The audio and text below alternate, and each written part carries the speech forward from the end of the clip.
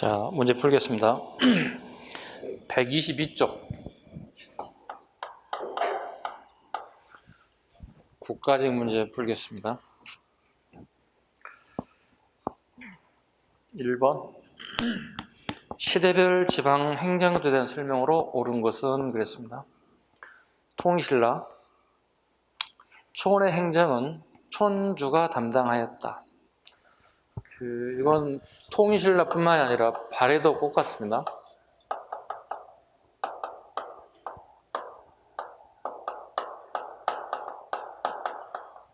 대신에 촌주는 왕이 살고 있는 수도인 왕경인이 아니라는 사실 꼭 기억하셔야 됩니다. 왕경인이라는 한자 알아두셔야 돼요. 네. 왕경인이 아니다. 통일신라와 발해의 특징 중에 하나가요. 1번이 되겠죠. 발해. 전국 33개 모든 군현의 수령을 파견하였다. 모든 군현의 수령이 파견된 것은 조선시대가 돼야 됩니다. 네. 모든 군현의 수령이 파견됐다. 다르게 표현하면 이것은 그만큼 왕권이 강화됐다는 의미를 가지고 있습니다. 세 번째, 고려. 촌락 지배 방식으로 면이제가 확립되다. 네, 면이제도 마찬가지 조선시대입니다. 네, 면이제가 만들었다는 이것도 마찬가지 왕권이 강화됐다는 의미를 가지고 있습니다. 조선 향리 통제를 위하여 사신관을 파견하였다. 고려가야 사신관 제도가 있죠.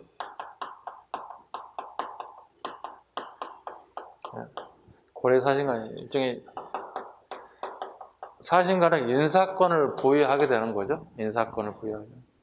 고려가 가지고 있는. 왜냐하면 고려 태조 왕건이 처음 국가를 건국한 다음에 전국 지방을 다 말지 못하거든요. 자기 고향은 잘 알겠죠. 그죠? 그러나 타 지방의 인사는 다 할 수 없다. 그 지역의 유력자를 뽑아서 지방관을 임명하게 되었다. 대표적인 게 호장과 부호장에 대한 얘기 나올 겁니다. 호장은 추천권을 가지고 있고 부호장은 임명권을 가지고 있는 게 사신관의 역할이었습니다. 즉 지방 세력 출신들을 일부 우대하는 내용 정책 중 하나이다. 문제 2번 가죠. 행정에 대한 자잘구레한 것들이 되게 많이 있어요. 이건 시험 볼 때 의외로 많이 틀리는 요소이기도 해요. 수험생들이 잘 잡았으면 좋겠습니다. 두 번째 갑니다. 다음 각각 의뢰 담판 이후에 있었던 의뢰 활동을 옳은 것을 고르시오. 그대 나라는 신라 땅에서 일어났고 고려 땅은 우리 소유인데 그대들이 침범하였다. 두 번째, 아니다. 우리야말로 고구려를 이은 나라이다. 그래서 나라 이름도 고려라 했고 평양에 도고라 했다. 만일 땅의 경계를 논한다면 그대 나라 동경도 모두 우리 강역에 들어있는 것인데 어찌 침범이라 하는가? 이렇게 물었습니다. 요거 이후에 나타나는 상황이 뭐냐고 그러죠. 서희의 예교 단판에 대한 얘기입니다. 그러한 일자 침입 이후에 서희가 직접 가서 소순정을 만나죠. 소순정과 둘이 나눈 대화이기도 합니다. 네. 그 결과 우리는 강동 6주를 획득하죠. 네. 오늘날의 여기입니다. 네. 강동 6주를 획득하고 또 우리도 왜냐하면 애교협상이라면 또 줘야 될 필요도 있겠죠. 대신에 그런 애들이 요구한 게 뭐냐면 자기네 나라 연호를 써달라는 얘기예요. 예, 우리도 연호 사용하고 있다. 왜? 황제국이기 때문에 우리 연호를 써달라. 그 다음에 우리하고 거란이죠. 거란과 통상을 해달라. 또 있죠. 송과 단교를 해달라. 이걸 전부 다 누가? 서희가 수용하는 거죠. 자, 그런 1차에 대한 얘기죠. 자, 당신의 나라와 통상을 하고 싶지만 통상을 할 수 없다. 왜? 여기에 여진족 애들이 자리를 잡고 있지 않느냐. 얘들을 몰아낸다면 길이 열리기 때문에 충분히 할 수 있겠다. 그 결과 그 안에서 여진이 축출되고 그리고 여기는 우리 지역이 오늘날 평안북도 지역이죠. 이 땅을 우리가 찾게 됐다. 이게 일명 강동육지 지역이다. 그런 1차 침입에 대한 얘기. 뭐 우리 예교사 우리 송요 금원명에 관련된 부분 언제든지 나올 수가 있습니다. 그래서 선후 관계를 꼭 기억하셔야 돼. 모를 때는 항상 이렇게 얘기했습니다. 모르면 이렇게 적으라고. 시험장에 송요 금원명 적으라고. 요건 안 나온다고. 그럼 결국은 요거밖에 없다고. 그거란 1차, 2차, 3차 침입이라고. 지금 얘기하고 있는 게 서희, 양규, 양조, 양규, 강조, 그 다음에 강감찬. 요거 잡으면 된다고. 금, 여진과의 관계. 처음, 숙종 때 별무반을 만들었고 그의 아들 예종이 즉위하자 별무반을 가지고 여진을 격파 그리고 동북 구성을 축조했다. 이거 원나라 1, 2, 3, 4, 5, 6 이거 생략 다 적을 시간이 없어. 요 세 개만 잡으면 돼. 송효 공원맥에서 11, 12, 13, 14세기 요거만 잡으면 돼. 여기 세 가지만 나오면 무조건 돼. 여기 무조건 선후관계야. 이게 시험 요거 딱 정해져 있어. 나올 게 없어요. 아니면 사료를 던져주고 이 사건이 뭔지를 모르고 두 가지밖에 없다. 사료 재시형하고 선후관계 문제다. 최근 트렌드입니다. 사료 아니면 선후관계. 여기 나오면 무조건 보너스 생각하셔야 돼요. 네? 확실하게 잡으셔야 됩니다. 자, 요거 이후에 활동을 오른 것. 강동육주. 네? 이쪽 지역을 획득했다가 정답이 돼야 되겠죠. 네, 구성은 여기죠. 네. 여진에 대해. 동부구성 촉조했다. 여진과 관련되어 있는 부분이니까 한참 밑으로 내려야 되겠지. 그 다음에 기주대첩. 기주대첩에서 여기 강감찬. 네. 여기 돼야 되겠죠. 이렇게. 또 기주대첩에 승리하고 난 다음에 왕의 건의한 거 세 가지 또 끊임없이 물어볼 거예요. 강감찬에 대한 얘기. 다 아시죠? 첫 번째, 천리장성을 축조하겠다. 그 다음에 나성을 수도 예각의 성을 쌓겠다. 나성을 하겠다. 말을 양을 좀 늘려야 되겠다. 기병이 우리 딸리기 때문에. 간목, 양막복.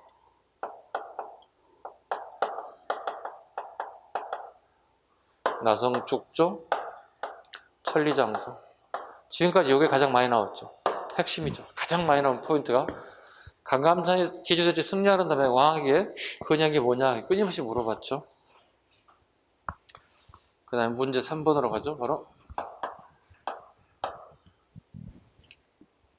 자, 문제 3번. 밑줄 친 기억의 결과에 해당되는 사실로 옳은 것. 자, 영랑 6년입니다. 강제조장이네요. 영랑 나오니까. 병신에 왕이 직접 수군을 이끌고 백제를 토벌하였다. 백제왕이 우리 왕에게 항복하였다. 지금 이후로는 영원히 노객이 되겠다라고 맹세하였습니다. 중략.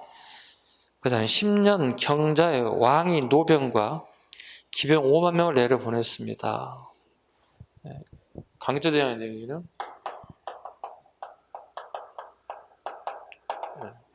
기병 5만 명을 내려보냈습니다. 신라 요구죠. 신라 내부랑의 요구죠.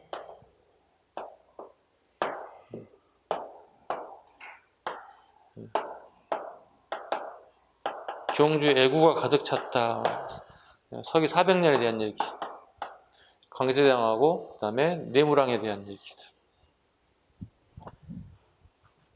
보겠습니다. 기억의 결과. 기병 5만을 내고 난 이후의 결과. 첫 번째 어디까지 내려왔다고 그랬나요? 금강가야까지 내려왔다. 그 결과 금강가야는 세역하게 됐고 대가의 중심의 세력이 재편되었다 하나. 그 다음에 경주에는 애구를 전부 다 격퇴했다는 거 하나. 그러한 다음에 경주에 고구려 군이 주전하게 되었고 결과 내전 간섭이 심화됐다. 수업 시간에 했던 내용들입니다. 전부 다. 결론 보겠습니다. 1번 고구려 신라 내전 간섭을 강화하게 되었다. 그죠? 결과 왕이 마음에 들면 어떻게 했다고? 체인지했다. 그래서 이 시기에 가장 왕의 빈번한 교체가 있었다. 됐죠? 두 번째, 백제가 고구려 평양성을 공격하였다. 엄밀히 따지면 평양성이 아니라 남평양성이라고, 군초광대라고. 4세기 상황입니다. 신라가 관산성 전투에 백제 성왕을 살해했다. 이건 진흥왕이 성왕을 죽여버린 거죠. 관산성 전투에 내복에 있다가 왕을 죽이는 사건. 금강가 중심 세력 집권에서 금강가 아니라 대가로 바꿔야 되겠죠. 예. 경상북도 고령에 대가의 중심으로 세력이 재편되었다. 금강가에는 극복하게 세력이 약화되었다. 답은 1번. 다음 페이지 4번. 지금까지는 어렵지 않습니다. 지금까지는 어렵지 않은데 보겠습니다. 문제 4번. 가와 나를 주장한 각 인물의 설명을 옳은 것을 고르세요. 가보죠. 우리는 남방만이라도 임시정부 혹은 위원회 같은 것을 조직하여 38도선 이북에서 소련이 철퇴하도록 세계 공론에 호소해야 합니다. 이건 46년 6월에서 이승만의 정읍 발언입니다. 문제 4번이죠.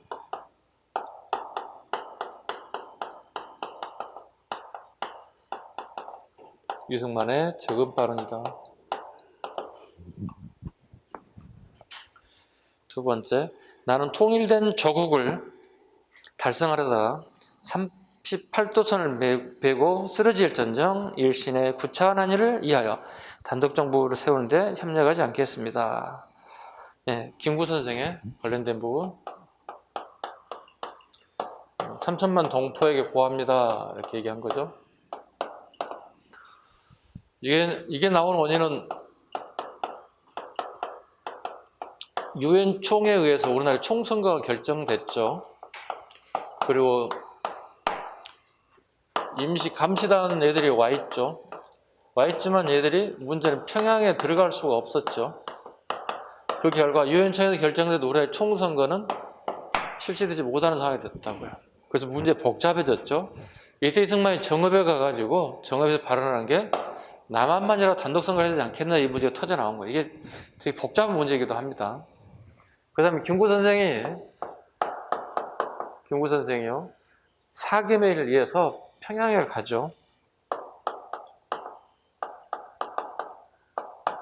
일명 사기매. 원래 풀네임은 제정당, 그러니까 제정당이라는 우리나라 남쪽이든 북쪽 모두 수없이 많은 정당이 만들어졌다고. 해방 이후에. 모든 정당들이 다 모여서 국가의 미래 발전을 한번 토의해보자, 뭐 이런 뜻이에요. 제정당 협의에 참석자가 간 거죠. 결과적으로 이것도 마찬가지로 실패로 돌아서고 말았습니다. 자, 가나 인물에 대한 부분. 자, 인물에 관련된 부분입니다. 옳은 것. 가. 50 총선거에 불참한 사람 이승만이 아니라 김구 선생입니다. 왜냐면 첫째도 독립, 둘째도 독립, 셋째도 독립, 완전한 독립. 하나의 조국에서 선거를 하겠다는 목적을 가지고 있는 김구 선생이 불참하게 됩니다. 두 번째, 좌우 합작 7원 측은 이건 김규식과 여운형입니다. 좌우 합작 7원 측은 김규식과 여운형입니다. 그 다음에 탁치 반대 운동, 신탁통치 줄임말입니다. 탁치 반대 국민총동원 위원회를 조직했다. 이게 김구 선생입니다. 김구 선생하고 그다음에 임시정부의 그 의정원들이 주로 했던 것들입니다. 이게 신탁통치가 45년 12월에 모스크바 3상에서 결정되죠. 그 이후부터 만들어진 게 탁지 반대 국민총동원위원회입니다. 김구 선생 답은 맞습니다. 4번 나아가 보죠. 남조선 과도입법의 의장을 역임했던 김규식인데요. 그 남조선 과도입법 미줄고 좀 어려운 단어들이죠. 남조선 과도입법위원회.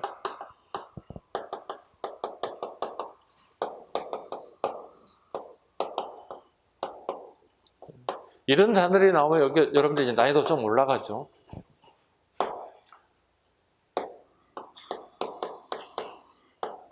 이거 미군정식이라고 꼭 적어놓으세요. 남조선 과도입법위원회는 미군정식입니다. 미군정식이 미국에 의해서 개헌을 하게 된 겁니다. 미군정식에. 일종의 입법기구라 보시면 돼요. 미군정식의 입법기구라 보시면 돼요. 요거만 체크하시면 될 것 같습니다. 46년 12월에 만들었습니다. 일종의 신탁통치 기간입니다. 신탁통치 기간 동안에 우리나라에 필요한 법을 만들겠다는 게 남조선 과도 입법위원회라고 보시면 됩니다. 답은 3번이 되고 어렵지 않게 풀릴 수 있고 문제 5번. 다음 가에 대한 설명을 옳지 않는 것 보겠습니다. 예전에 송종이 땡땡 시행에 따르는 잡기가 정도에 어긋나는 데다가 번거롭고 요란스럽다 하여 이를 모두 폐지하였다. 중량 이것을 폐지한 지가 거의 30년이 되었는데 이때 와서 정당 문학 최항이 청하여 이를 부활시켰습니다. 그 최항이라는 단어 때 잘못 오류가 발생될 수 있어요. 최항이 두 번째는 이제 무신 정권식의 최후 아들이기도 해요. 네. 권력자이기도 하죠. 근데 지금 여기서 말하는 최항은 목종 제거하고 권력을 잡았을 때 나타난 일종의 공을, 즉 현종 즉위할 때 공헌 인물이에요. 목종을 제외하고 현종 옹립할 때 공헌했던 인물입니다. 최항이 우리 역사에 2번 이렇게 나오게 됩니다. 자, 이 지문은 팔관에 대한 얘기입니다.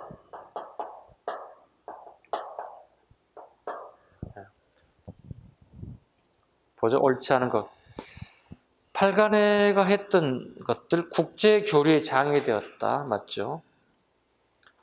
정월 보름에 개최했다 그랬습니다. 아니죠. 팔관회는 우리 알다시피 개경하고 서경은 평양이죠. 요게 10월 잘못되거든요. 요게 10월 그 다음에 이게 11월 정월 대보름 아니죠. 요건 시험에 자주 나오는 부분이 꼭 잡으셔야 됩니다. 개경과 성행에 팔관회가 2번이 이루어집니다. 일정을 잘 잡으세요. 추운 지방이 먼저 할 수밖에 없어요. 평양이 그래서 먼저 10월달, 개경이 11월달 이렇게 보시면 돼요. 토족신앙에 제사를 지냈다.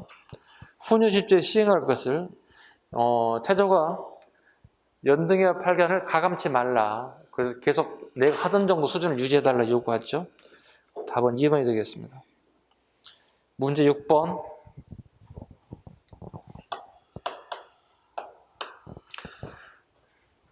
다음과 주장한 인물에 대한 설명을 옳은 것.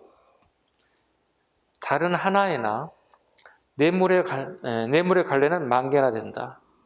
나는 그 뇌물이 세상 사람들이라는 것을 안다. 빛을 받아 비추어서 드러나는 것은 사람들이 상이다. 달이라는 것은 태극이요 태극은 나이다. 정조에 대한 얘기입니다. 만천명월 주인홍 자서 만천명월 주인홍 자서. 정조 임금이 호처럼 쓰기도 하고요. 정조 임금이 건물 짓고 거기 기둥에다가 이렇게 이런 기둥이 있다면 기둥에 이렇게 편말을 붙여놓은 것 중이기도 해요. 정조의 이음을 잘 보여주는 것 중에 하나입니다. 웃기는 건 이게 10몇 년 전에 한번 기출됐고요. 최근 기출된 게 한 3, 4년 전 같은데요. 이때 그 오답률이 70% 정도 됐어요. 엄청나게 많이 틀렸다는 얘기예요. 교재에 나와요. 이 내용도 다. 근데 이걸 틀리는 사람이 되게 많았습니다. 왜냐면 이게 아까도 얘기했지만 이런 시간에 막 애우려고 하는 사람들이 되게 많다는 겁니다. 그러니까 그만큼 애워서 될 일이 아니라는 얘기예요. 그 정조 임금의 어떤 그 사상을 우리가 좀 이해했으면 좋겠는데 그걸 하기는 되게 쉬운 건데 의외로 많이 틀렸어요. 오답률이 되게 많았어요.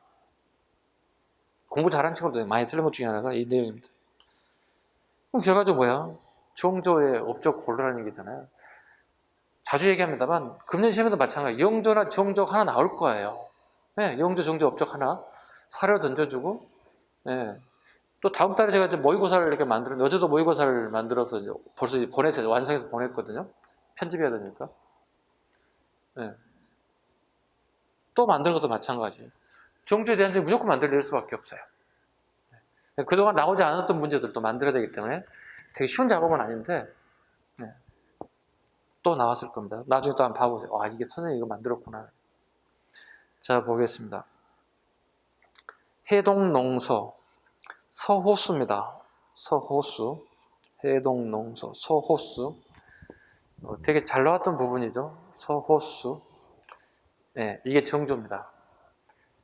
근데 이게 난이도가 높아요, 실은. 네, 서호수가 난이도가 어려운 문제라고요.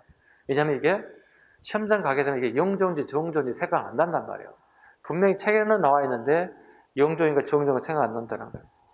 네, 이게 정조인데 되게 어려울 수밖에 없죠. 그러니까 오답률이 많이 나올 수밖에 없죠. 가빈의성에서 왕권을 광자의 기념복을 주장하게 되었다. 가빈의성에서 이건 내성 논쟁에 대한 얘기니까 전혀 관련이 없죠. 숙종에 대한 얘기를 곤란해야 되겠죠. 그 다음에 이순신에게 현충이라는 시호를 내고 강감찬 사당을 지었다. 이거 숙종입니다. 원래 이게 7급 기출이거든요. 근데 9급에 내려와서 되게 처음 공부한 사람들은 힘들었을 거예요. 이순신 장군의 현충, 그리고 우리 현충사 이렇게 얘기하죠. 현충사. 시호를 내고 강감찬 사당을 건립하게 되었다. 숙종임금입니다. 이것뿐만 아니라 되게 많죠. 우리 태정태세 문단세 할 때 단종도 목이 셨고 써온데 그래서 단종도 목이었다. 네. 단종이라는 단어도 숙종이 만들어준 거예요. 숙종 때까지 한 200년 가까이 그냥 노상군이었어요. 단종이 노상군이니까 노상군을 격화됐으니까 노상군이었다고요. 그 다음에 태정태세 할 때 정종 있죠.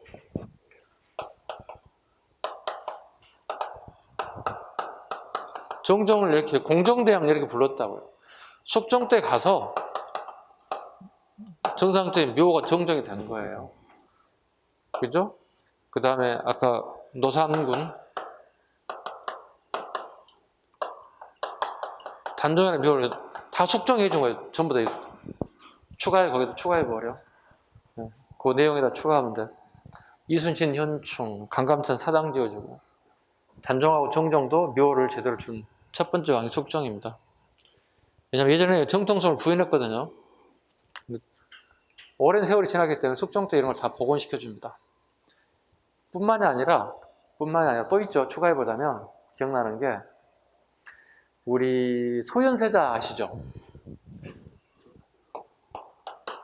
인조의 아들이 소현세자가 있고 복림동 있잖아. 이게 의문사 당했잖아. 이 사람이. 이 사람 뭐야? 나중에 효정에 올라갔잖아. 그치? 근데 유명한 게 소현세자뿐만 아니라 소현세자의 부인도 있다고요. 이게 이제 강씨 부인이거든요. 네. 소현세자 죽고 강씨 부인 아들들과 함께 제주도 가서 죽었거든요. 풍토병에 걸려다 기록에 나와 있거든. 네, 강씨 부인도 네, 칭호를 하나 부여하죠. 이렇게 숙종 시기에 꽤 많은 앞에 왔던 왕들에 대한 부분이 미진했던 부분을 전부 다 복원시켜주는 역할을 해줬다. 됐죠? 일종의 요즘 시험은 대통령 사면? 대통령 특권을 가지고 뭐 사면하는 권한 정도 비슷하다 보시면 돼요. 이렇게 세 가지 추가해 볼게요. 민간의 광산 개발 참여를 허용한 설점수세제, 이건 효종임금입니다. 설점수세제. 세금을 더 많이 거둘 목적을 가지고 있죠. 효종임금. 이건 자주 나왔던 거 꼭 기억하셔야 되고. 7페이지로 넘기겠습니다. 7페이지 문제 7번 좀 지울게요.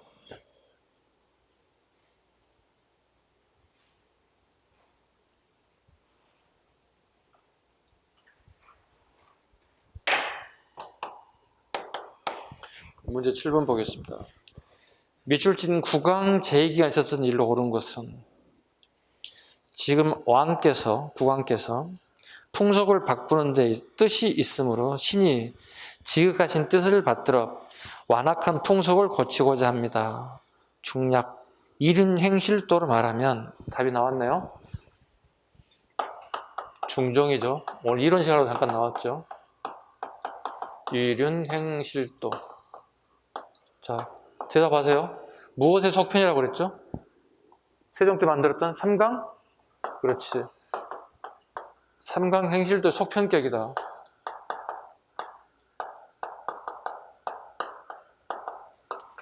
자, 이륜 행실도라고 하냐면 신이 전에 승지가 되었을 때, 승지란 말은 도승지 얘기합니다. 간행되었을 거로 청했습니다.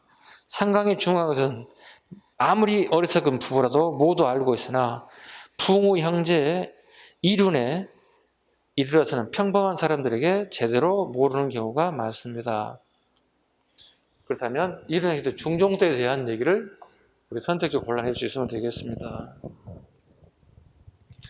있었던 일로 옳은 것을 고르세요. 주세봉이 백운동 소를 중종 때 주세봉이 백운동 소를 맞죠?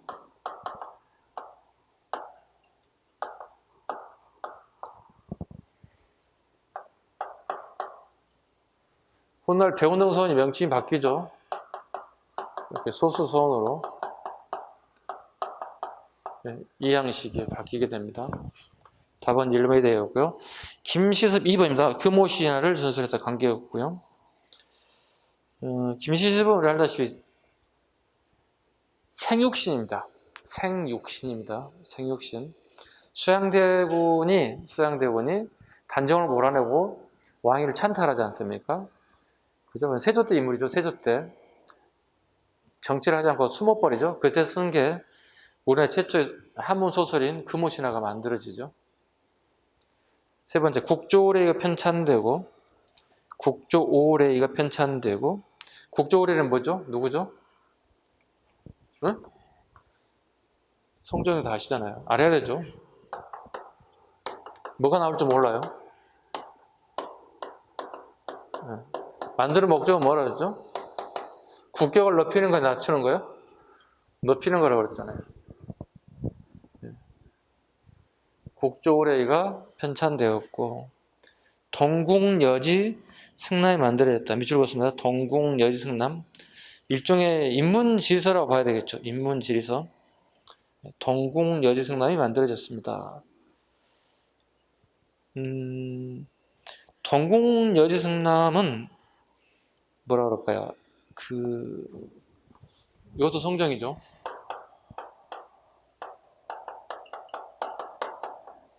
시험 되게 많이 났던 것 중에 하나인데 국조오레이, 동궁여지승남. 왕이 누구냐고 끊임없이 물어봤던 것들이요. 일종의 인문지리서입니다. 사람이 사는 꼭 필요한 부분들이 있는데 동궁여지승남이라고 합니다. 근데 이 동궁여지승남이 제일 잘 나온 이유가 따로 있어요. 왜냐하면 신증 동궁여지승남과 되게 중요한 의미를 가지고 있습니다. 신증 동궁여지승남과 중요한 의미를 가지고 있습니다. 왜냐면 성종 때 동궁여지승남이 중종 때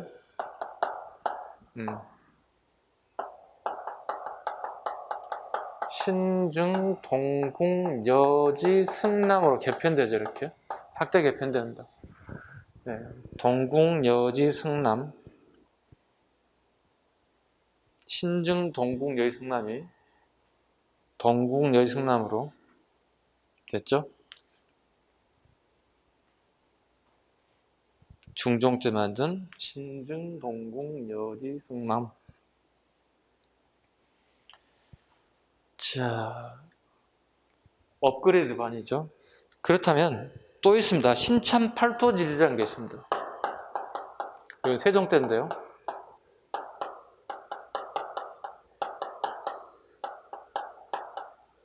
신참팔도지리지의 저본, 기초가 되는 저본으로 만든 게 신증 동궁여지승남이죠. 됐나요? 되게 복잡하죠, 지금? 이걸 1번으로 한번 잡아볼게요. 동궁여지승남, 업그레이드 합니다. 신자가 들어갔습니다. 신증 동궁여지승남. 업그레이드 탄. 근데 신증 동궁여지승남의 저본, 즉 기초가 되는, 일종의 뭐죠? 기본이 되는 우리 참고를 할 수 있는 책이 있는데 이게 신참팔도지리지예요. 세종 때 만들었던 이걸 저본을 했다. 되게 복잡한 내용이에요. 이게 시험에 나오면 어떻게 백발백중 다 틀리겠죠. 수험생들에게. 찍어야 되는 문제가 발생될 거예요.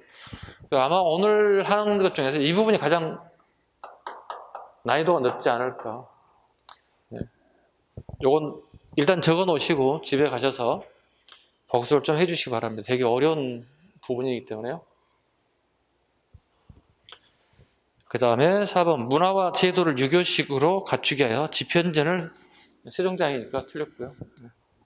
그래서 지금 답을 1번을 맞히는 게 중요한 거고 오늘 내용 중에 이게 가장 여러분들에게 어려움으로 닥칠 것이다. 어려움을 잡혀. 됐죠? 신찬 팔도 지리지. 근데 신찬 팔도 지리지 안에 또 있어요. 신찬 팔도 지리는 이렇게 만드는 인문 지리지란 말이야. 근데 이 인문 지리지 안에 별도 이렇게 부록이 또 들어가 있다. 깊숙하게. 이걸 펴봤다고. 이게 뭐예요? 팔도 총도라고. 이게 뭐예요? 지도예요, 지도. 지도라고. 팔도 총도를 봤더니 우리나라 처음으로 뭐가 등장하고 있는 거야? 독도가 표기되어 있다고.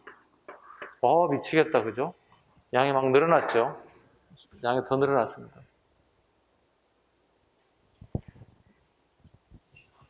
이것도 기출이고요. 전체적으로 다 기출이에요, 이거. 기출인데 기출임에도 계속 나올 때마다 계속 틀리는 이유가 외워야 되는 것 때문에 계속 틀리더라. 동국여의승남, 신증동리승남, 신탄팔도지리 저번호를 깔았다. 선후관계를 물어보는 게 아니야. 무엇을 갖다가 그리고 무엇을 저번호로 삼았냐 물어보고 신탄팔도지리 안에 뭐가 있냐 또 물어보는 거야. 네, 어려워졌죠 이렇게. 네. 오늘 가장 어려울 내용 중에 하나입니다. 왜? 공부를 좀 하신 분들 가장 지금 힘들어지는 부분이 책이에요. 책 나올 때마다 계속 미스테이크가 계속 나와요. 문제 9번으로 갈게요. 9번이 맞나? 8번으로 가겠구나. 자, 문제 8으로 가겠습니다. 다음의 법률의 근거가 실시된 식민정책으로 옳지 않는 것. 제4조. 정부는 전시의 국가 총동원상 필요하다고 인정될 때는 칙령이 정하는 바에 따라서 제국 신민을 징용하여 총동원 업무에 종사토록 한다. 국가 총동원법이에요. 일제들이 하는 거. 국가 총동원법이다. 38년부터.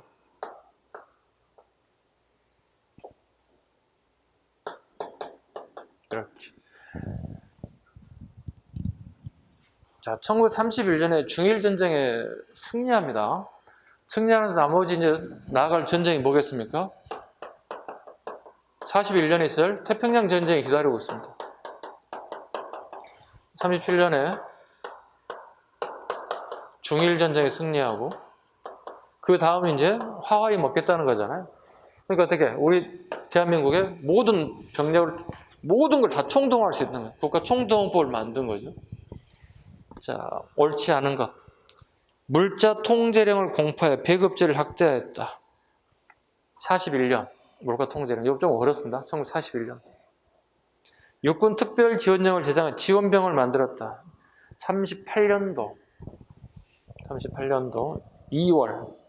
38년도 2월. 요게 4월이야. 웃기는 게. 이게 38년 4월이 국가 총동원법. 그 다음에 니은 육군 특별 지원법령이 38년 2월.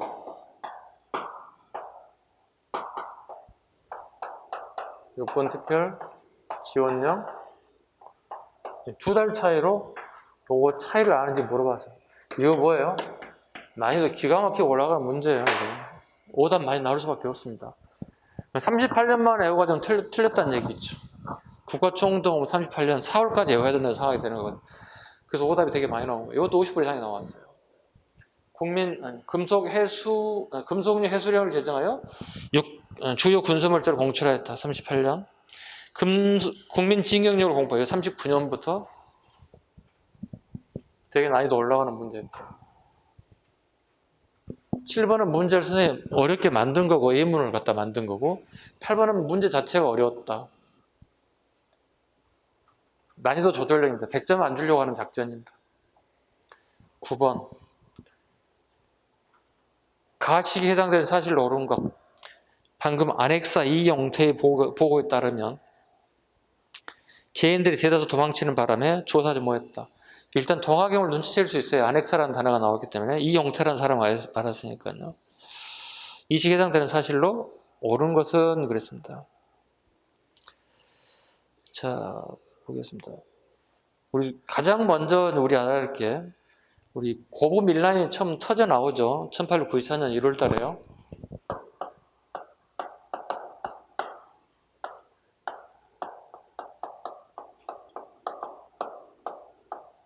고부 밀란이 터져 나옵니다.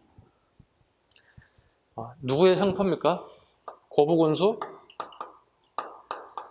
조병갑의 행포가 극에 달했죠. 네. 뭐 노동력을 강제로 동원하든가 물세를 반다든가 아버지하고 자기가 정치를 잘했기 때문에 비석을 하나 세운다든가 오만 짓을 다 하게 됩니다. 그 모든 부담을 고부 지역의 농민들이 전부 전가했다는 거거든요.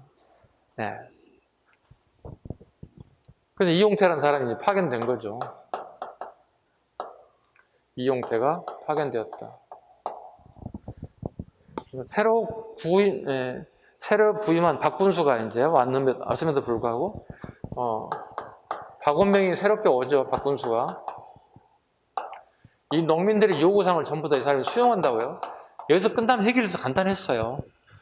네, 근데 이용태가 와가지고 안핵사는 뭐냐면 어떤 밀란이나 반란 사건이라면 가장 가까운 곳에서 왕이 지명해서 수습하게 만든 게 안핵사예요. 그 당시 장부사였던 그리 멀지 않아요. 요즘 같은 버스로 한 30분 거리밖에 안 돼요. 장흥에서 전주까지나. 그래서 이 사람이 다 일을 망쳐놓은 거예요. 네, 그동안에 했던 동학교도를 다 생포해버리잖아요. 일이 커졌죠? 일이 커져버린 거예요. 네, 고부군수 박연명을 속된 말로 안핵사 이용태가 협박해요. 협박해가지고 본인이 했던 걸 전부 다 무시해버린 것들이죠. 그러다 보니 어떻게 일이 더 커졌잖아요. 그래서 터진 사건이 뭐죠?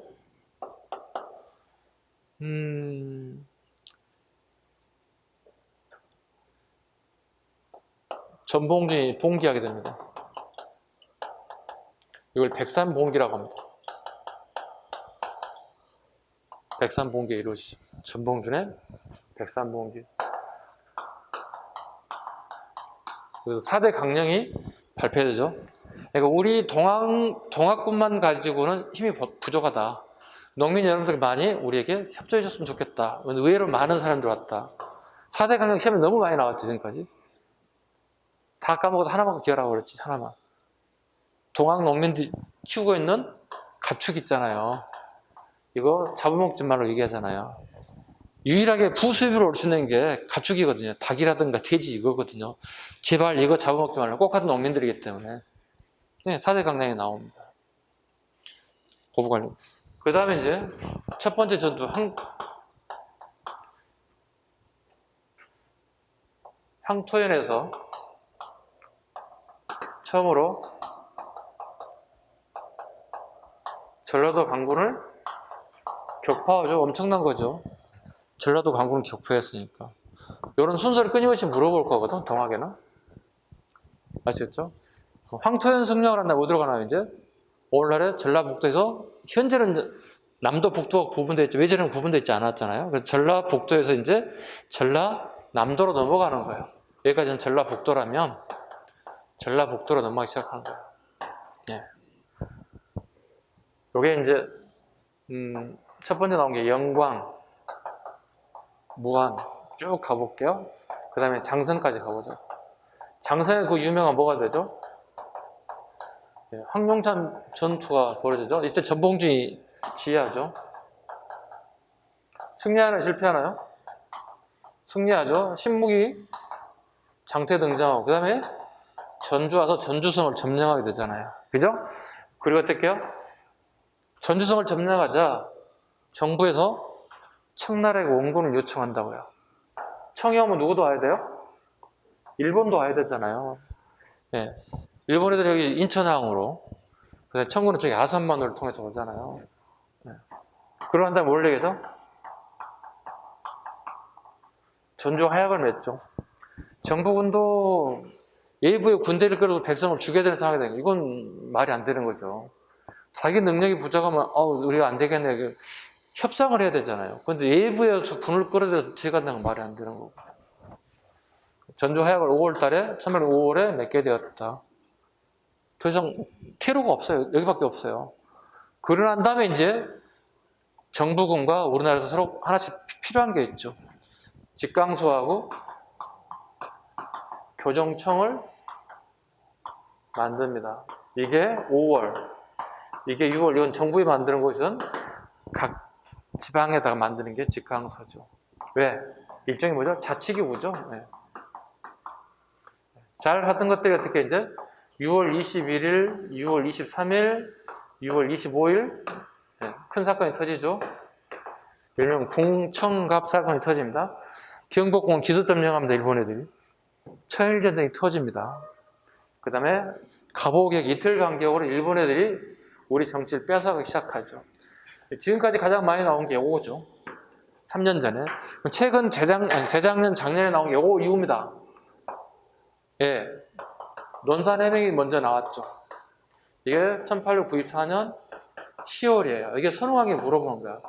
이게 중요한 이유는 뭐죠? 전라도 동학군을 남적, 충청도 동학군을 뭐라 그러지? 북적. 얘들이 이유 없이 만나는 거야. 해명이라는 것은 목적이, 뚜렷한 목적을 가지고 하는 게 아니에요. 야, 만나봅시다. 만나서 얘기 좀 합시다. 왜? 전라도 농악군들은 약간 과격해. 농민군이에요. 충청도 쪽은요. 몰라간 양반, 잔반들이에요. 그냥 말로 하지, 웬만하면 이렇게 되는. 전라도, 까부시자고 이렇게 되는 사람들이라는 뜻이에요. 해명이라는 얘기는 모였다는 뜻이에요. 논사는. 모여서 간 목적 어디야? 우리가 서울에 가가지고 누구를 만나보자? 왕을 만나보자. 이런 뜻이에요. 가는 도중에 꼭 어디를 거쳐야 됩니까? 공주에 있는 우금치를 꼭 거쳐야 되잖아요. 여기에 이제 일본군과 우리 강군이 매복에 있다. 우리 농악군들 10만을 몰살시키잖아요. 응? 이해 가셨어요?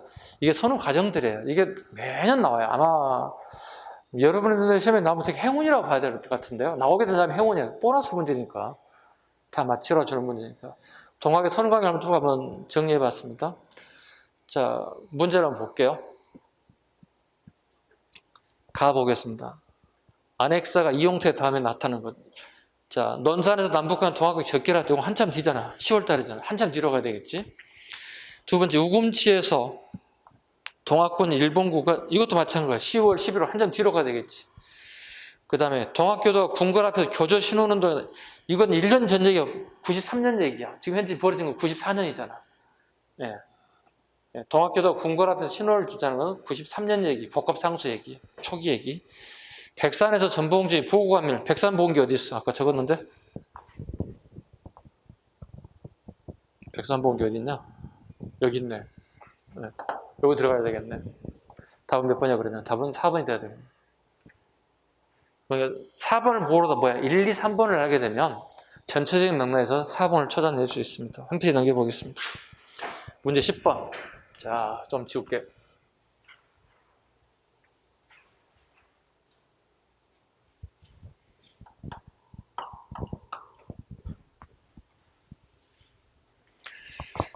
자, 10번. 가 기구가 전속한 시기에 사람들이 볼 수 있는 사실로 옳은 것은? 자, 지주는 조선 정도에 정하는 기간 내에 무엇 또는 그것을 출장소에서 그 가로 안에 들어갈 것은 토지 조사국이에요. 꼭 기억하셔야 잘 나오는 부분이에요. 1910년에서 1918년까지 만드는 게 토지 조사국이죠. 토지 조사국에서 혹은 그것을 출장소 직원에 신고해야 합니다. 만약 제출을 태만히 하거나 신고서를 제출하지 않을 시에는 당국의 해당 토지에 대해 소유권의 유무 등을 조사하다가 소유자를 알지 못하는 경우에 지주가 없는 것으로 간주하여 구기조를 편입할 수 있습니다. 이 시기니까 1910년에서 18년을 알아야 된다는 얘기잖아요. 야, 이런 게 이제 어려운 거예요. 조선 청년자료를 출입하는 일본인 고문 1920년 정말 어려운 거예요. 그래서 지금 풀고 있는 이 국가적 문제가 쉬운 게 아주 쉬운 건 쉽고 어려운 건 되게 어려워요. 그러니까 상을 되게 넓게 측정을 해놨어요. 그래서 이게 아마 제가 판단하기에 이때 시기에 그 점수가 잘하는 사람들이 한 85, 좀 했다는 사람들이 80, 그 아마 평균이 아마 80 이하로 떨어질 거야 아마 내 기억에 아마 되게 난이도가 있었던 문제 중에 하나였다. 신문에 연주 중인 소설 무정을 읽는 학생 물어봤습니다. 이강수의 무정이 언제냐 물어보거든. 이게 1917년이거든. 답이 이거거든요. 네, 이거예요. 그리고 우리 수업 시간에도 자주 하는 얘기 그거 뭐예요? 한영훈 선생님이 만든 님의 침묵이 몇 년에 끊임없이 물어보잖아요. 제가. 님의 침묵은 몇 년인 줄 아시죠? 아시죠? 기억이 가물가물? 큰일인데? 원래 쓴 것은 25년에서 썼는데 26년에 신문에 연재가 됐죠.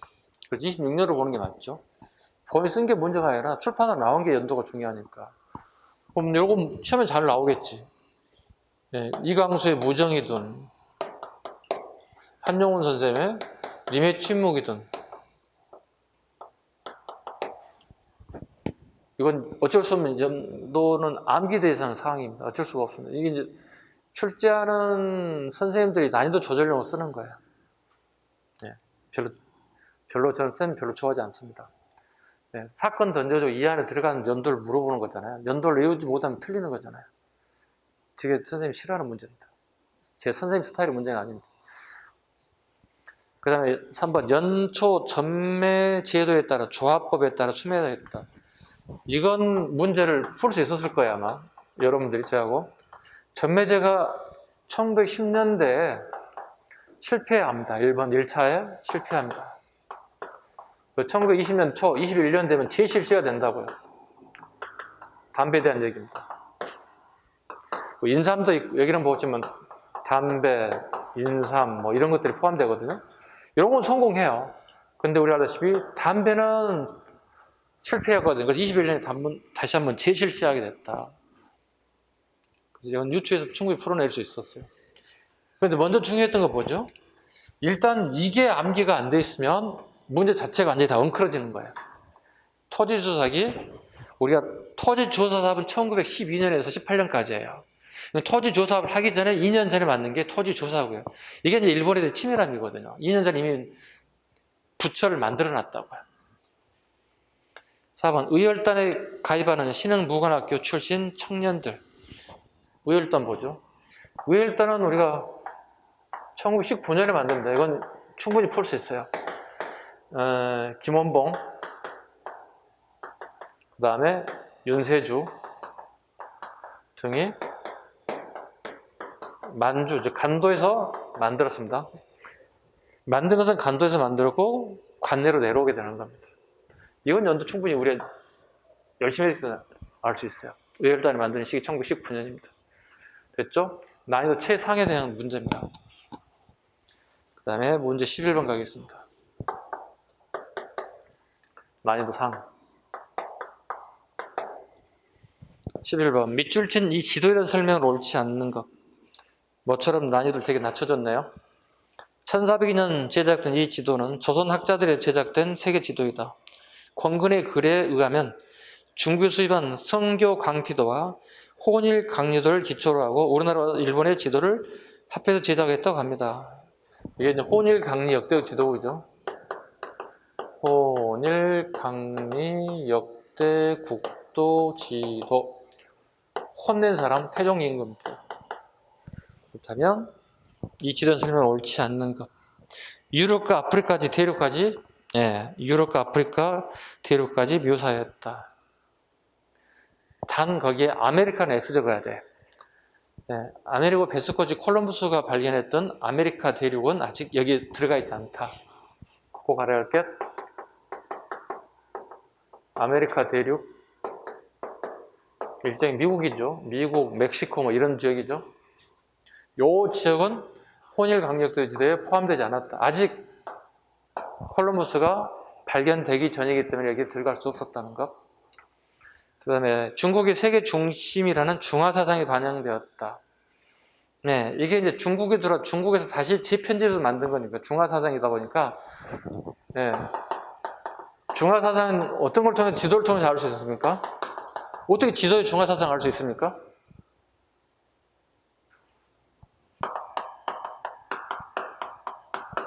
세계 주된 중국을 이딴 말에 그려놨어. 중화주의 사상이. 그걸 중화사상에 표현할 수밖에 없어. 그 다음에 세 번째, 이 지도의 작성, 이슬람의 지도학에 영향을 받다. 그렇죠. 네 번째, 우리나라에 해당되는 부분은 백리척을 상하여 과학화에 기여했다. 우리 알다시피 백리척은 정상기가 만든 동국지도에 나오잖아요. 18세기 거잖아요. 지금 여기 태종 임금은 15세기 인물인데 18세기 걸 갖다가 여기다 밀어서 대입을 시킬 수 있을 수 없는 거죠, 논리적으로.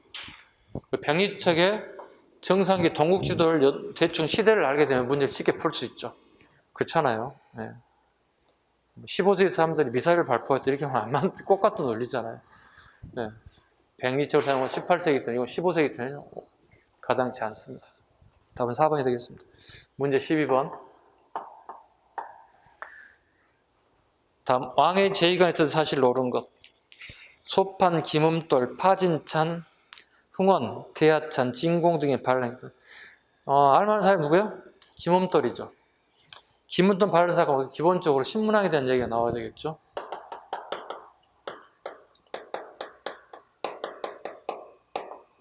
이 사람도 진골이기도 하고요. 또 신문학의 장인이기도 하고요. 신문학의 직위에 대해서 뭐예요? 내가 불만이 있다는 거예요. 반란 사건이라고 하는 것은. 그잖아요. 반란이라고 해서 내가 성공하면 상관없는데 실패하면 나는 나뿐만 아니라 가족이 다 몰살당해요. 3대가 멸망한다. 멸소가 되게 중요한 부분이거든.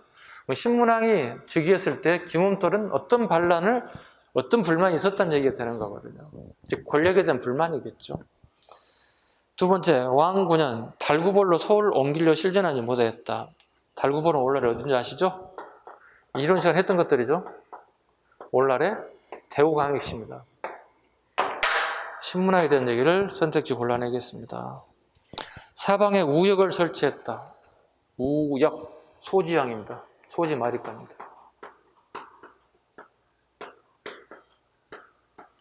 우역이 만들었다는 얘기는 뭐죠? 왕권이 강화되고 있다.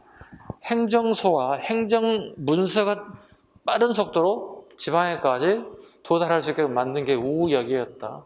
중간중간 우역을 만들어서 행정 편의가 이루어지기도 한다. 수도의 서시와 남시, 효수왕이죠. 통일 이후죠. 효수왕은 신문왕의 아들이기도 해요. 서쪽의 시장, 서시전과 남쪽의 시장, 남시와 남시전이 만들어지죠. 즉 인구가 증가대선을 보이고 있죠. 서쪽과 남쪽에 있으니까. 서시전과 남시는 뭐예요? 이건 감독관청이죠. 물가 조절을 하기 위한 감독관청이 만들어지더라. 효수왕 때.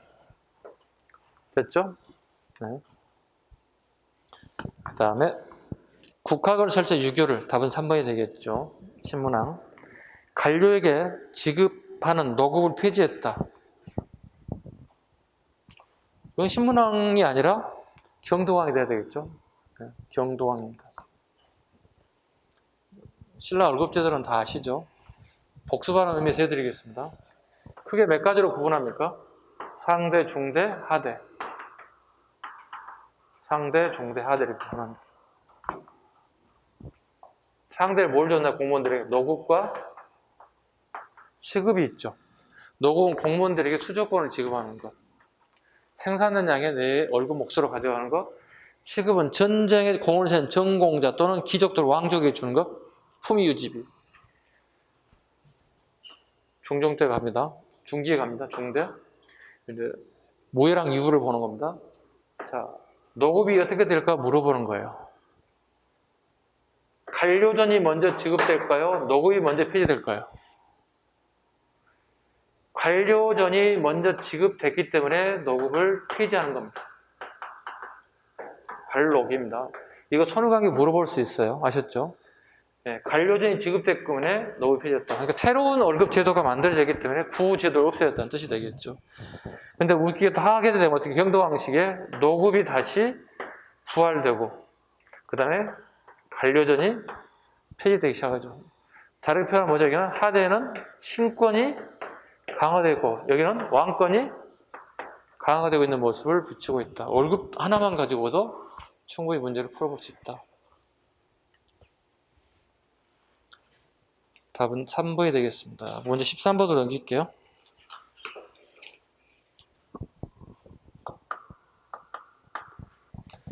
자, 다음 발해사에 대한 중국과 러시아의 입장이다.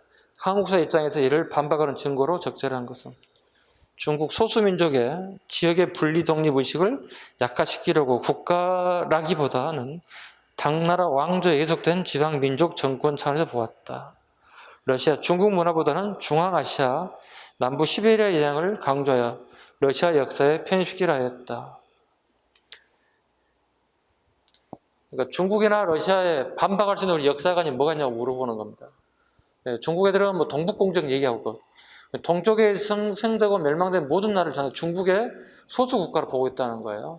러시아는 여기 알다시피 중앙아시아의 남부 시베리아 영향을 강조하여 러시아 역사에 편입시키려고 한다. 서로 양국이. 신라와의 교통로, 상경선 출도 온돌장치, 답은 2번이겠네요. 우리가 반박할 수 있는 거니까. 왜? 온돌장치는 우리만이 가지고 있는 문화니까. 그리고 고구려의 문화가 발해로 건너갔을 것이다. 2번이 되겠습니다. 주자감은 당나라의 제도를 우리가 다 쓴 거니까 발해가 그대로 학제를. 삼성역부 마찬가지 당나라의 지방 행정을 그대로 가져왔다. 문제 14번 갑니다. 비교적 13번이 쉬운 문제입니다. 이런 유형의 문제가 되게 많이 나왔던 거예요. 기출문제. 14번. 다음 문무왕의 유언이다. 미줄진 기억부터 니엘의 내용으로 부합하지 않는 것은 과인은 운수가 어지럽고 전쟁을 하여는 때를 만나서 서쪽을 정벌하였고 북쪽을 토벌하여 영토를 안정시키고 배반하는 무리를 토벌하고 협조하는 무리를 불러들여 멀고 가까운 것을 모두 안정시켰다. 옳지 않은 거죠. 1번. 태자로 참전하여 백제를 멸망시켰다. 서쪽을 정벌한 거. 문무왕 시기에. 맞습니다. 두 번째. 당나라와 군대와 고구를 멸망시켰다. 네, 맞죠. 디귿번. 배반하는 무리. 백제 부운동을 주던 복신을 공격하였다. 맞습니다. 4번. 협조하는 무리를 불러들어 가까운 걸 물리쳤다. 니을번. 임조은성에서 저항하던 지수진의 투항을 받아주었다. 지수진은 항복한 적이 없습니다. 항복 X적습니다. 문제 15번. 그렇게 어렵지 않게 풀 수 있습니다. 다음은 대한제국식에 성립됐던 어느 회사에 관한 얘기입니다. 밑줄진 이 회사에 대한 설명을 옳은 것을 고르세요. 이 회사의 고금은 액면 50원씩이고 총 1,000원을 발행하고 주당 불입금은 5년간 총 10에 5만원씩 나눠서 낸다. 이 회사는 국내 진항지 개간 밑줄이라고 봐. 진항지, 항무지야. 우리말로 풀이하면. 노는 땅이야. 개간. 관계사무와 산림천택, 식양, 체벌 등의 사무에 금은, 동철, 석유 등의 각종 채굴 사무에 종사한다. 이게 농광회사입니다. 농광회사는 누가 만든 거죠? 1904년에 만들었던 보안회가 만들었던 회사입니다. 자, 지금 이 제시 내용은 되게 쉽지만 않아요. 네, 처음 본 수험생은 되게 어려웠을 겁니다. 대신에 진항지라는 때문에 문제를 유추해서 풀 수밖에 없었어요. 1904년에 만들었던 보안회가 만들었던 농광회사에 대한 얘기입니다. 일본 애들이 어떻게 항무지를 개간하겠다고 요구했잖아요. 우리가 거부했잖아요. 야, 우리가 회사를 만들어가지고 우리가 할게. 그게 농광회사입니다. 물론 실패했습니다. 설명을 옳은 것. 종로의 백목전 상인의 주도가 되는 조직제였다. 역둔토나 국유 미간지를 약탈하는 국책회사였다. 3번이죠. 항무지 찾으면 되겠죠. 항무지 개간을 중심으로 했던 보안에 대한 내용이 되겠습니다. 문제 16번. 문제 16번 가겠습니다. 늦게 오신 분 있죠? 131쪽. 131쪽. 문제 16번. 다음 조선 성리학의 학설이나 동향을 시그선으로 바르게 나열한 것은 뭐죠? 기억번. 현실 세계를 구성하는 길중샤예요. 경장임이죠. 경장.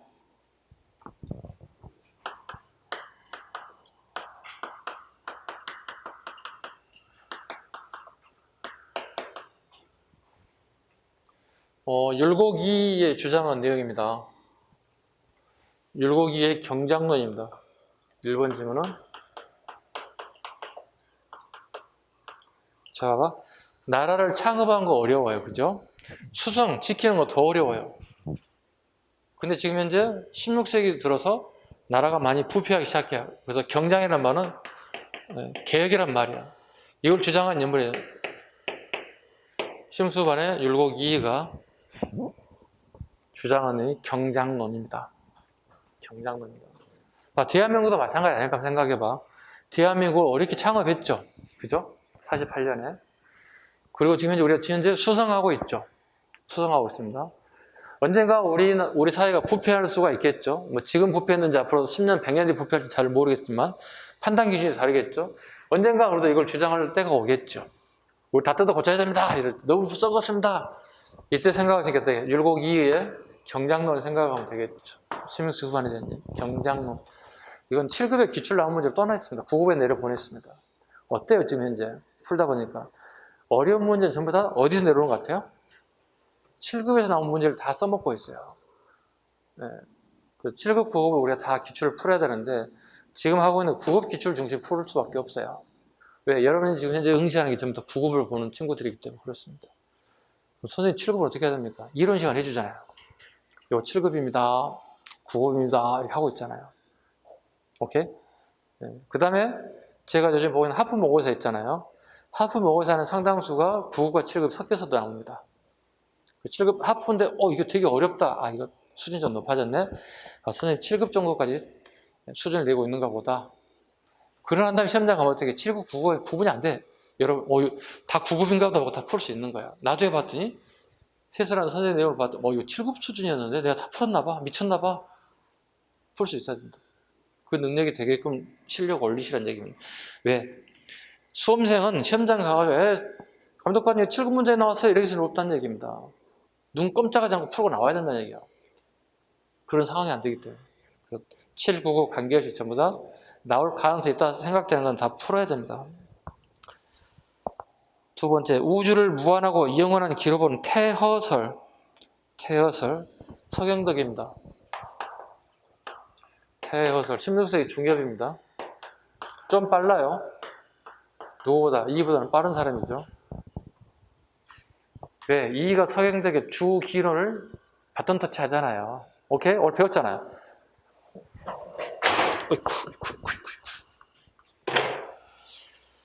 그 다음에 정지훈의 천명도 해석을 둘러서 사전칠정의 논쟁이 이루어졌습니다.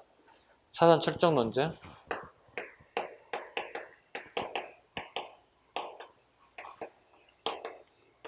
이항하고 기대성. 이것도 16세기 후반이에요.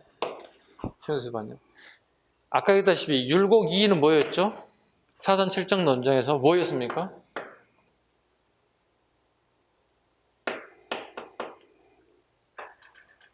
이항 선생에 대해서 정한 이론론적 이기론을 주장하잖아요.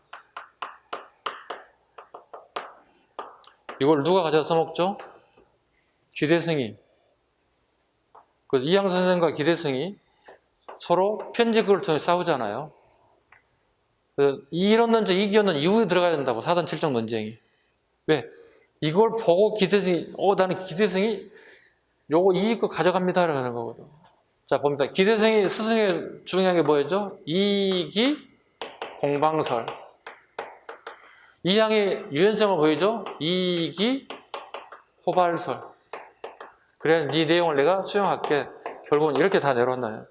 이의 이익이 기원론과 이익이 공방설과 이익이 호발설이 이렇게 연결된다. 오케이? 순서 잡을 수 있죠, 그러게 되면. 선후관계를.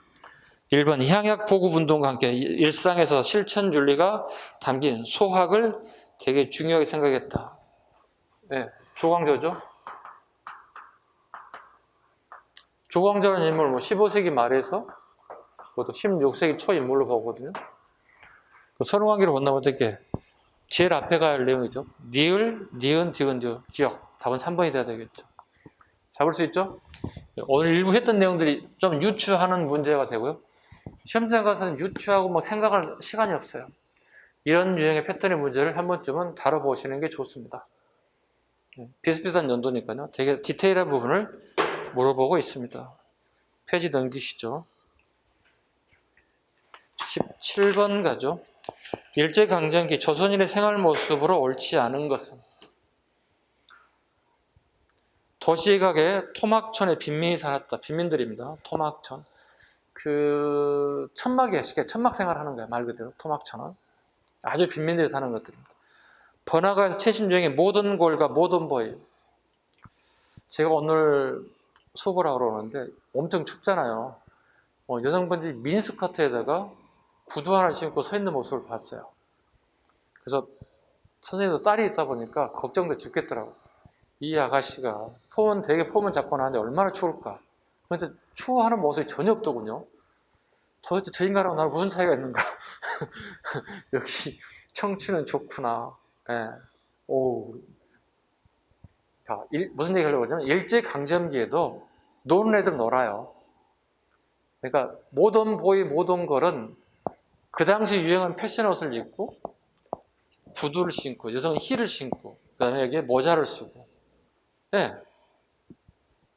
이거예요. 이게 모던 걸 모던 보이라 불러요. 좀 바꿔봅시다. 몇 번이었지? 17번? 몇 번? 17번? 1920년대에서 1930년대 모던 걸 모던 보이가 등장하죠. 네. 이건 영어죠. 합성어죠. 그래서 모던하고 걸하고 보이가 합쳐진 거니까. 근대적인, 현대적인 의미를 가지고 있으니까요. 20년대, 30년대. 네, 요즘 치면 이렇게 표현할까요? 그 당시에 패셔니스트. 네, 패셔니스트 정도. 네, 되게 패션을 이렇게 하는 패셔니스트가 아닐까. 몸빼를 입은 여성들이 글로 보급돼. 몸빼 또 나왔네요. 우리가 중일전쟁이 37년이거든.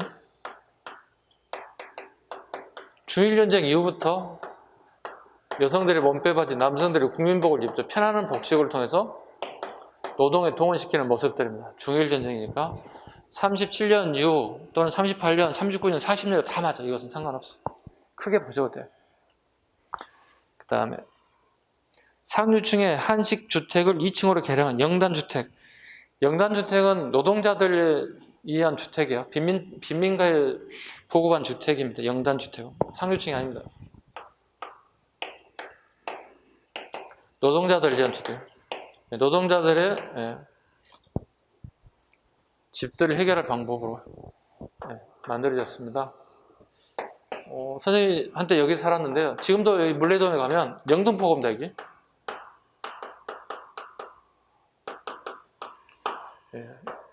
물레동에 지금 영단주택이 잘 보존되어 있습니다. 요즘 물레동은 좀 핫플레이스가 됐습니다. 아니 내가 있을 때 핫플레이스가 아니죠. 갑자기 핫플레이스가 되는지 모르겠어. 이 새끼들이 홍대를 놀다가 까불다가 이제 갈 데가 없으니까 물레동까지 와서 노는 것 같은데. 영단주택 노동자들을 위한 주택입니다. 우리가 지은 게 아닙니다. 일본에서 지은 주택입니다. 4번에 되어 있어. 문제 지문이 틀린 점이 되겠어. 18번. 자, 가와 나의 애국가 맺은 각서이다. 두 각서의 사이에 있었던 사실로 블렁크 문제입니다. 일본 측은 한국 측에 무상 원조 3억 달러, 유상 원조 2억 달러, 그리고 수출입은행에 따라 1억, 유무상에 대략 한 6억에서 7억 정도가 우리나라로 들어왔다고 하죠. 62년에 있었던 김종필 오이라 문건이라고 부르죠. 우리가 해방되고 난 다음에 1921년에 박정희 쿠데타를 해서 권력을 잡았어요. 박정희는 경제개발 5개년 계획을 발표했는데 돈이 없어요. 돈이 나올 구멍이 없어요. 오로지 여기밖에 없는 거야. 일본과 수교를 맺었다는 거죠. 근데 이게 일종의 뭐냐면 축하금이에요. 기록에 축하금으로 되어 있어요. 우리가 독립된 게 일본이 왜 축하합니까? 사죄금 내야 되는 거 아니에요? 여기 기록이 뭐라 되어 있다고요? 독립 축하하면 이 새끼들이 나쁜 놈의 새끼 어디 있어? 몇십 년 동안 우리를 괴롭혀도 우리 축하합니다. 이게 말이 돼? 사죄해야 할 거 아니야. 이렇게 돼 있다는 거야. 꼭 기억하셔야 돼요. 우리가 원하는 거 이거였잖아. 이게 아니었다는 거야, 이게. 두 번째, 미국 정부가 한국과 약속했던 1억 5천만 달러 규모의 차관 공여와 더불어 한국의 경제 발전을 돕기 위한 추가 AID 차관을 제공합니다. 예, 66년 불안각서 내용입니다. 불안각서를 만든 이유가 뭘까요? 미국 애들이 베트남 전쟁에 우리 한국군 참여를 조건이에요. 참여 조건이 이거예요. 뭐 하겠다는 얘기야? 우리나라에 경제, 군사적 지원을 약속한 거예요. 뭐예요? 베트남 전쟁에 참여한 조건이에요. 옵션이에요. 쉽게 얘기해서. 이걸 우리가 이제 경제적 개발을 하는데 종잣돈을 만드는 거야. 종잣돈을. 왜? 경제 개발하면 이거 있어야 되잖아요. 돈 없이 어떻게 해요? 그죠? 네. 필요한 물건을 어떻게 외국에서 수입해야 될 거 아니에요. 우리나라에 있는 물건 가지고 한계가 있을 거 아니에요. 발전시키는데. 원자재를 수입해야 할 거 아니겠습니까? 요 사이에 블렁크 문제입니다. 가로넣기 문제. 요 사이에 뭐가 있습니까? 물어보는 거예요. 62년과 66년 사이에 찾아가 봅시다. 경부고속도로. 우리 1970년가 다 외우라고 그랬지. 아까 지금 지문에 나온 뭐야? 경부고속도로가 개통이 돼요. 그 다음에 전태일 분신사건. 가장 잘 나오는 거. 그 다음에 박정희 등지 치적 중에 하나가 뭐야? 새벽종이 울렸는데 이건 뭐야? 새마을운동이에요. 이건 기본이에요. 이건 세계는 여러분들 딱 잡아야 돼. 70년에 일어난 사건. 무조건 잡아야 돼. 시험에 막 2년, 3년이 걸려 한 번씩만 나오는 거니까. 전체적 문제로 잡을 수도 있고 선택 지문으로 나올 수도 있으니까 70년 사건은 무조건 세계를 암기해버릴 것. 마산의 수출 자유지역이 만들어졌습니다. 72년이죠. 마산의 수출 자유지역이 만들어졌습니다. 그 다음에 유엔의 지원으로 충주에 비료공장이 만들어졌습니다. 이거 앞으로 가야 되겠는데 한참? 비료공장 58년.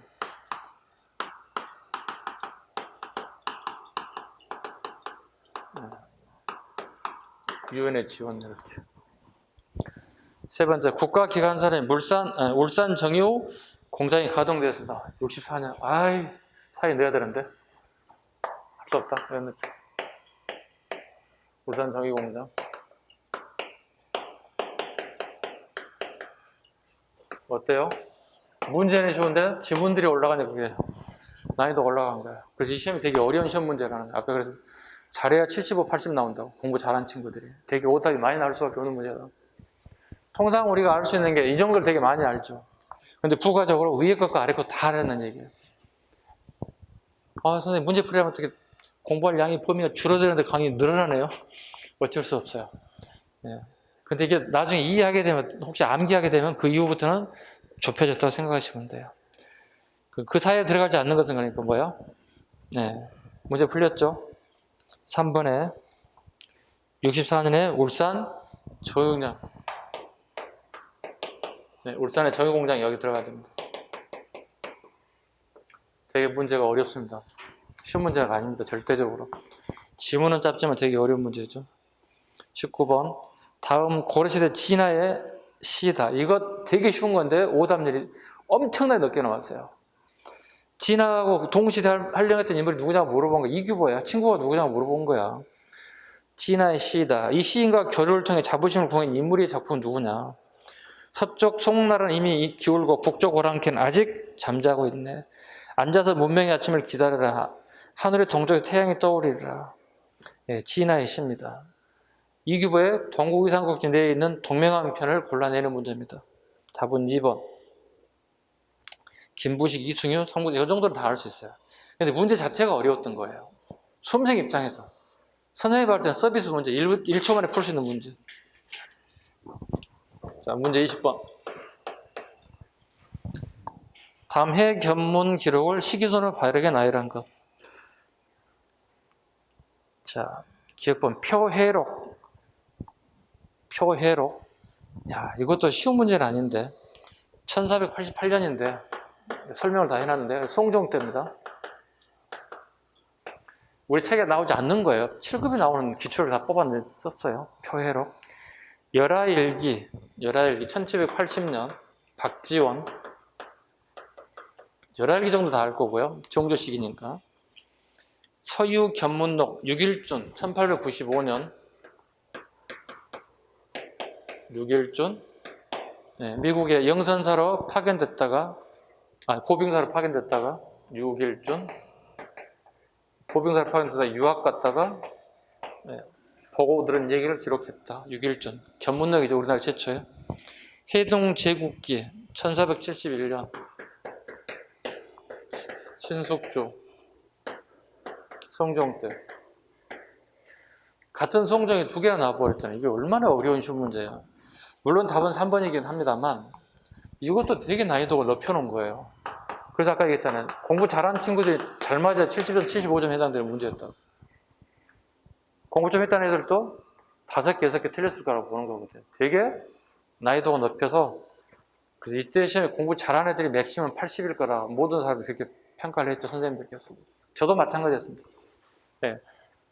그 해 출제되고 난 다음에 제가 이제 문제풀이를 했거든요. 오프라인에서 문제풀이하고 뭐 해설도 올리긴 했습니다만, 야, 진짜 되게 수험자들 어렵겠다는 문제 중에 하나였습니다. 자, 좀 더 쉬었다가 좀 더 쉬운 문제로 가죠. 이제 지방지로. 자, 쉬겠습니다.